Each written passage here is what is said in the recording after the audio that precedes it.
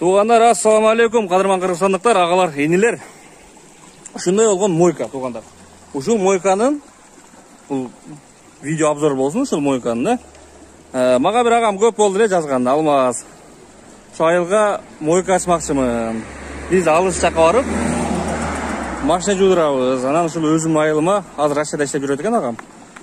Ушул өзүм айылыма ушундай мойка ачсам, бир жакшы заманбап кылып. Бұл мага дагы бир бизнес болсын ал.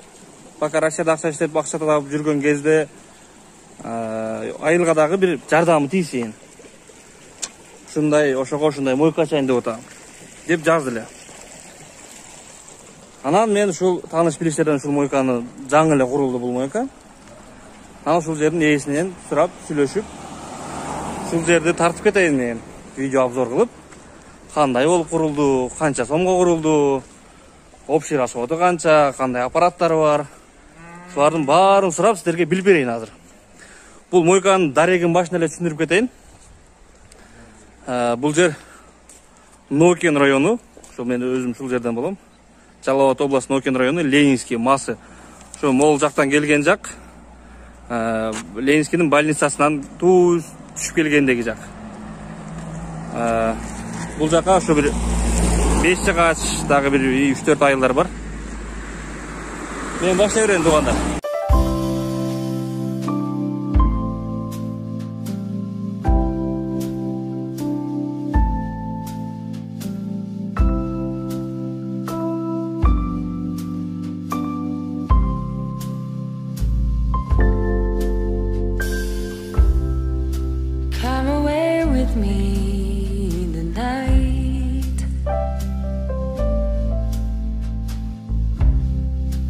Come away with me, and I will write you a song.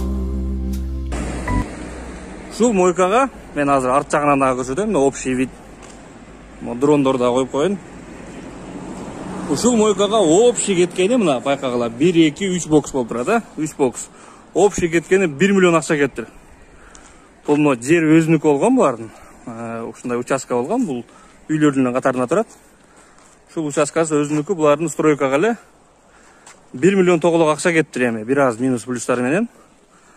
3 бокс, мына 3 машина кирип жуудура турган жер. Андан сырткары ошол арт жагында, могул жердин могул ушул бүткөн жерде ичинде килем жуйт, аларды дагы полностью айтып түшүндүрүп кетем сиздерге. Мына өзүңөр көрүп тургандай эле пескоблоктон эле болгон бул жер. Пескоблоктон мына үстү жөнөкөй эле ушу тинике профилдер менен жабылган. Асты стяжка болгон мына. Ушул 1 миллиондун ичинде эми мындай минус кылып тастайсыңар. Ошондо стройкага кеткен акча калат да. Ишкерге дагы кирели. Мына немени дагы айтып кетиптирмин да мен четиненчи. Мына ортосунда перегородкалар мону эле профилден болгон. Үстүнө момундай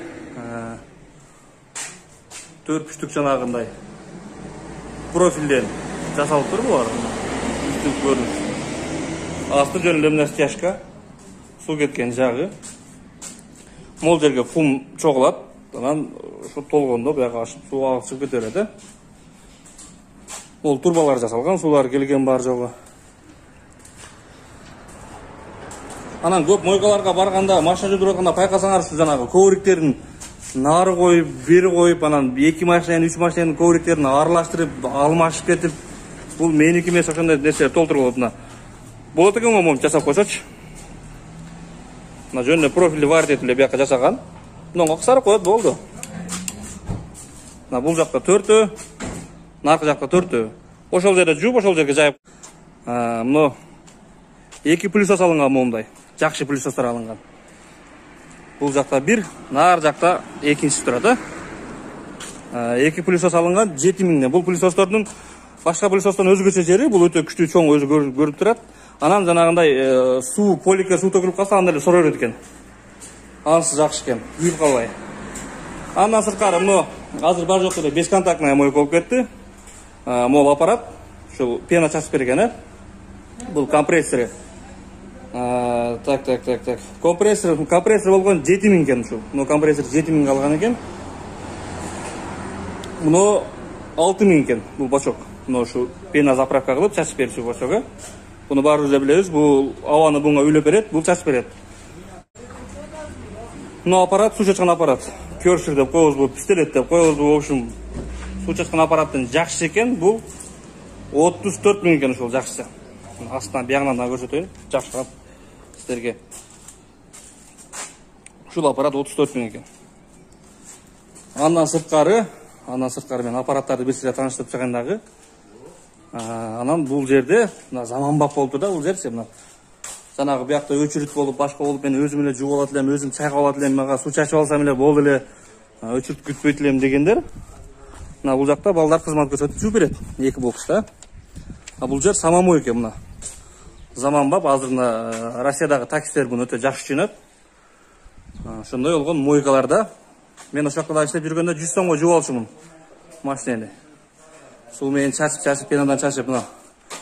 Вода дейт, мону пена экен, экинчиси воск экен, ушулар чачат экен. Буну эми өзүңөр билгендей эле, жанагы интернеттен көргөндөй эле акчаны салабыз бул жагынан. Акчаны салабыз бул жактан, тыйын-пыйындар салабыз. Мол жагында мына моң карагыла, байкап жакшылап көрүлө. Муну айланат экен да мындай. Ушу машина айланып жүрөт экен бул, мынтип айланычы. Бул мына пистолет менен суу чачат экенбиз. Анан воск чачат экенбиз. Восктагы, суудагы ушул бир пистолет экен. Мо экинчи шланга менен отдельный пистолет бар экен, бул пенага экен. Мына тугандар, бул деле ушинтип машина айланып, шланга машинанын дөңгөлөгүнүн астында калып, сылып калып бирдеке болгондой болбойт экен да. Жүдөчүлүктөр жок экен андай. Тугандар, бул аппараттын баасы 200 000 келген экен ушул. Ушул аппарат 200 000 экен. Азыр бул дуалдын сыртындагысы, азыр арт жагындагы дагы майда жүрөсүн көрсөтөм. Мына бул жакта дагы раковина коюп туруп, мынакей кол жууп, нары бери кылганга дагы өтө жакшы экен. Но ошо бул жер дагы ушундай помещение. Склад ушунга окшогон жер. Бирдемселерди ремонт кыла турган.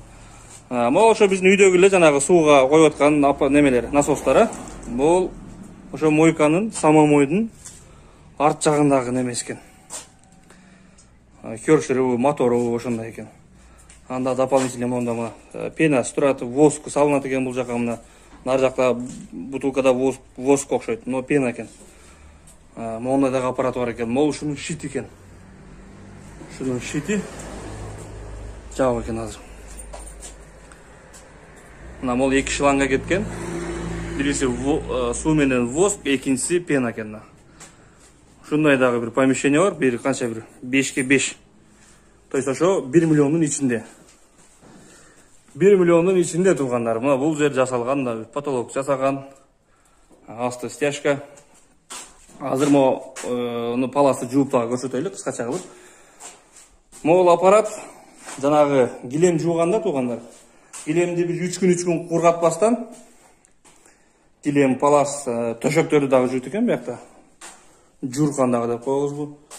Ошоларды кургатып берүүчү центрофуга экен, жанагы кир машина дагы эле айланып берүүчү немени айлантырып кургатып берүүчү. Ошондой болгон центрофуга деп аталат экен. Бунун баасы тургандар 190 000 экен. Мен жазып алгам. 190 000 экен. Бул Бишкекте жасайт экен муну. Ошол Бишкектен алган экен булар тургандар. Мына андан сырткары мол аппарат. Жанагы биз илгери көргөнбүз арык-барыктын боюнда бир лоток-шатоктордун боюна коюп алып, жанагы пияланы арка көмкөрүп алып кирсан менен жуйт эле илгерки апалар, эжелер биздин, Биз өзүбүз да ошолорго жардам берип жүргөнбүз бу жерде. Мына шланга менен сууну чачат экен да. Шлангадан суун чачып эле, анан мына аппарат менен жуйт экен. Бул аппараттын баасы 30 000ге бушни тапкан экен булар. Мына бушнигин тапкан экен, 30 000 сом экен. Бунун эми мотору иштесе, астына шоткасын алмаштырып турабыз, жейилип кеткенде болду. Азыр жууп дагы көрсөтөлү. Мына ушундай болгон помещение канча дейин? Бир 8 метр чыкса керек, же 10 метр деле чыгып калар, может. 10 метрге биягы 5 метр дейин. Мына кеңири чоң паластарды жууганга место бар, Биякта эшиктер дагы ачылат. Терезе коюлган. Андан кийин мол эшиги бияктан жуугандан кийин сразу бияка алып туруп кетет экен. Мыякта жанагы сушилка кылып коюптур. Сушилкада жөн эле темирден эле илгенге место кылып койгон. Аяктан чыгарып эле келип бияка илип коюш керек болду. Бул жер жанагы жаан баан болуп неме болгондо ичкериде турат экен, анан сыртка дагы буну жасап койсо болор экен. Сыртта дагы жасайбыз дейт эми. Жанагы заказ коюп кеткенде сыртка ичкериге кылып. Анан өзү наркы аппараттан чыкканда бул жуулган килемдер илинип турат экен. Аппараттан чыкканда бул жанагы почти сухой эле болуп калат да, бул айлангандачы. Bir gün турса эле кайра апарып берчүлөй болуп. Анан бул жигиттерде ушундай кызмат бар экен, туугандар.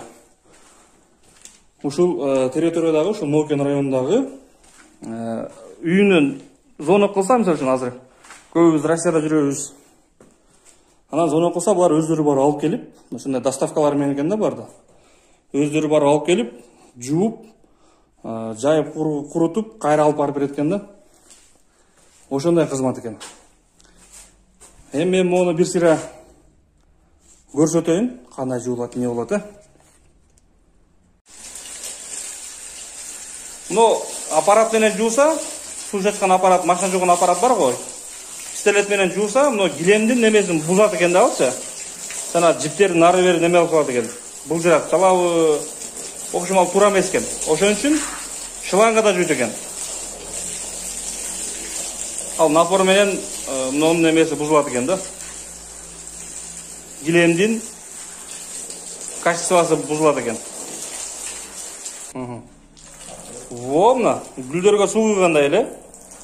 Но жидкое мылону аралаштырып алып, атайын ушундай килем жуй турган средстволар экен бу. Ушинтип чачып чыгат экенбиз.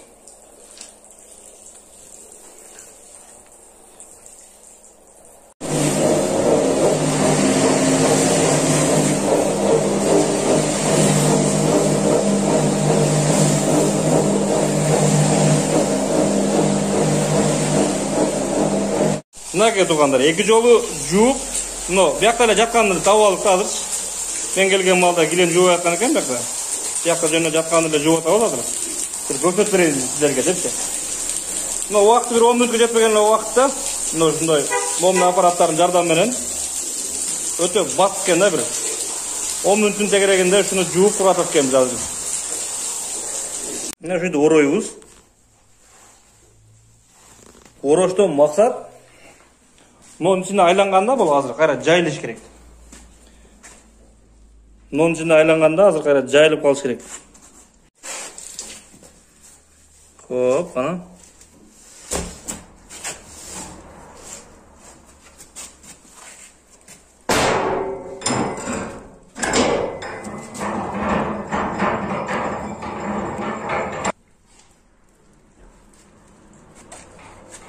Bismillahirrahmanirrahim. Жагып көрөлүчү.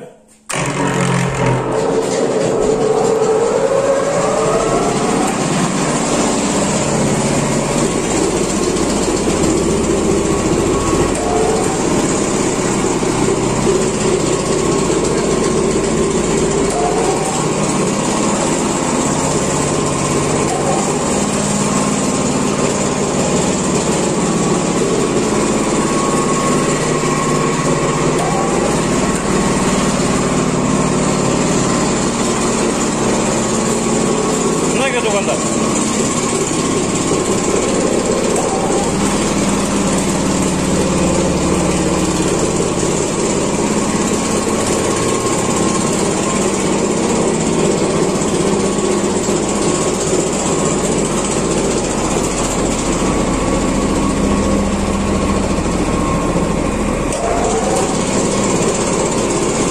Ушул жерден карап, эгер суу агып аткан болсо, тамчылап аткан болсо, монтип пока айландыра берет экен. Болду, окшойт. Болду. Акпай калды эле. Но биз кичинекей килем салганыбыз үчүн, кичинекей дорожка салганыбыз үчүн бул көп тирейт экен да. Себеби биздин кичинекей дорожкабыз бунун мол жеринде эле калып калды, мол жеринде элечи. чоңураак килем болсо, жарымына барып, жарымдан наракка чейин барса, ошондо жакшы айланат экен да бул. Эми кичинекей килемдерди ушинтип титиреп айландырат экен бул. Бул дөңгөлөктөр ошон үчүн резиновый мондай жели бар дөңгөлөктөр болгон экен. Амортизацияны кармап турганга.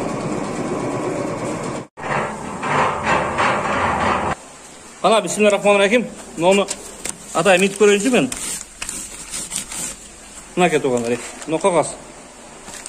Мына курук кагаз. Атайын шуап көрөдүм мен. Мына курук менен турат. Бир аз ним болгон суу калды, бирок ал почти эсептелинбейт.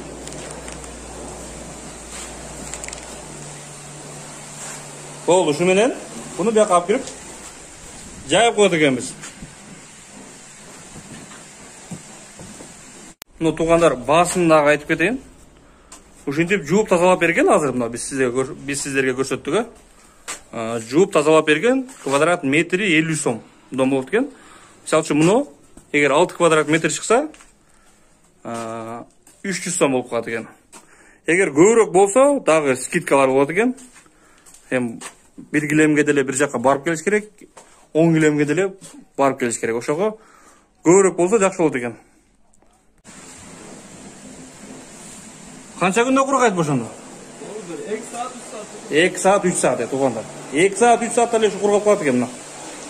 Сиз килемди алып келсеңиз, сизге заказ берген адамдын үйүнө мына жерде жуйбуз, 10 мүнөт убакыт экен да, 10 мүнөт. Мына шотко менен 2 жолу жуйбуз, болбосо 3 жолу жуйбуз.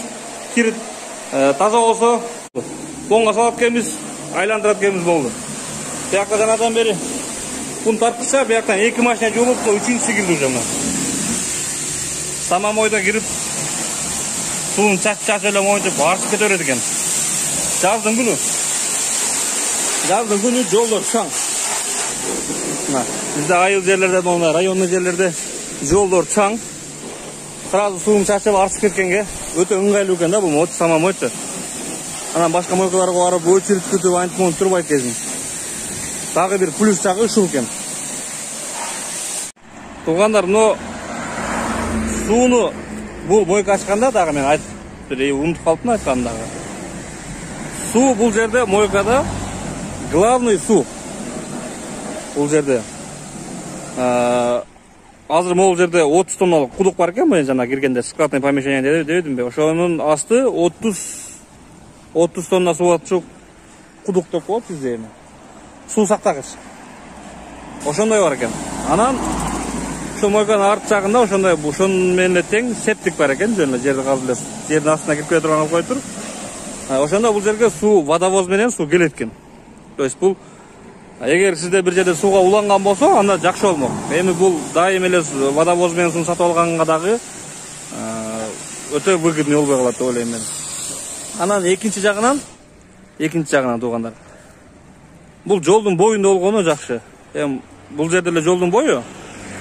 Эгер чоңураак трассанын бою болсо, дагы ал сизге плюс. Элдер көрө эле кире берет. Нары өткөн, бери өткөн ушул жерде мойка бар экен деп эле.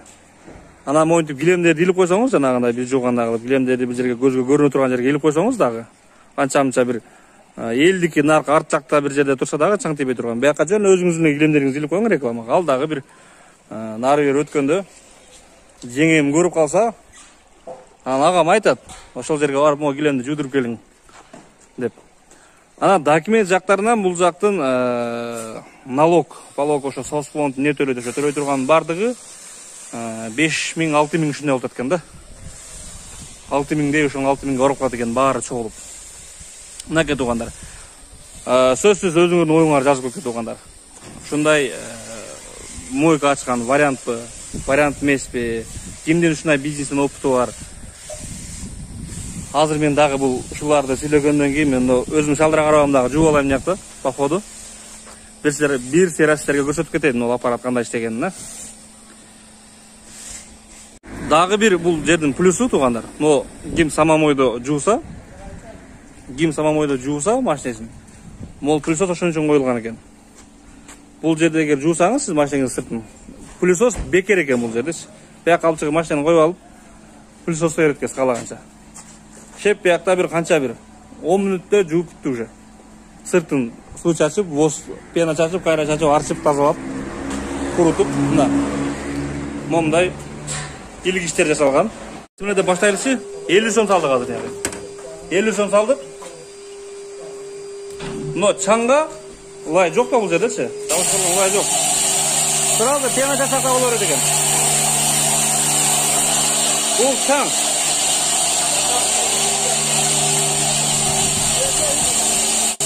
Сонда жерде чаңып келгенге пенаны чачтырылып, үстүнөн суу чачсак болот экен.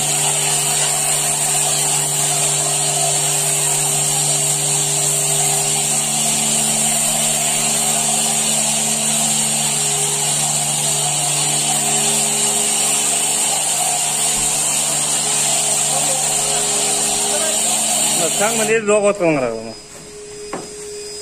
Аны стопты бастық. Пенаны бастырылып, сразу астындағы 5-ші кнопка стоп кен. Шентіп 3-4 минут қойып қойғыз. Пока дөңгөлектерін езіп, резинка ковриктерін езіп кегенше 3-4 минут уақыт өтеді. Хамна машинен чаңпаң башқа Савушкан ылайлар бар, ер вағып бағат деген аңғашек.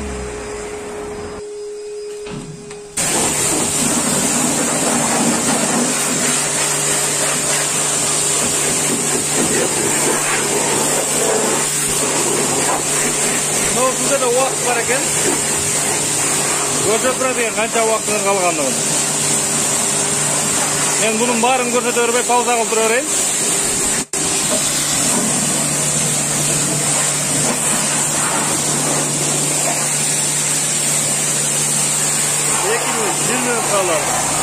Өшті кереген. Өшті. Уақыт бүтті, 0 болды, өшті. Эми туғандар. 50 сомға мен жуысам, үспет етпесем керек еле.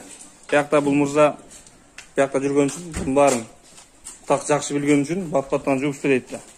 Егер сіз ушундай мойка açсаңыз, мол аппаратты башында 50 сомға көбірек уақыт бере тұрған қылып настройка қылып қоясыз, чтобы пока башында ошол сіз жашаған жердегі келе тұрған клиенттер бат-баттан машина жууп үйрөнгөнгө чейин көбүрөөк убакыт бере турган кылып койсоңуз, кийин азайтып да кое бересиз. Сууга эконом, өчүрүп да болбойт. Ошондой тургандар. 50 сомго ушинтип сразу эле пенаны чачып, үстүнөн суу менен уруп, напор менен таза кылып алсак болот экен. Плюс андан кийин бияка чыгып алып, мына могу машинага окшоп бекер пылесос, каалаганча пылесос керек эле. Видеону да аяктайлы. Ушундай болгон. Өтө мындай жакшы дизайндагы жакшы болуп тур, үстүндөгү жазууларын карагыла. Чакан. Ушундай мойкадан сиздерге маалымат бердик тугандар. Андыктан сиздерден бир лайк, жакшы комментарий, өз оюңарды сөз жазып кеткиле. Дагы кандай миллионго дагы кандай иштерди кылса болот.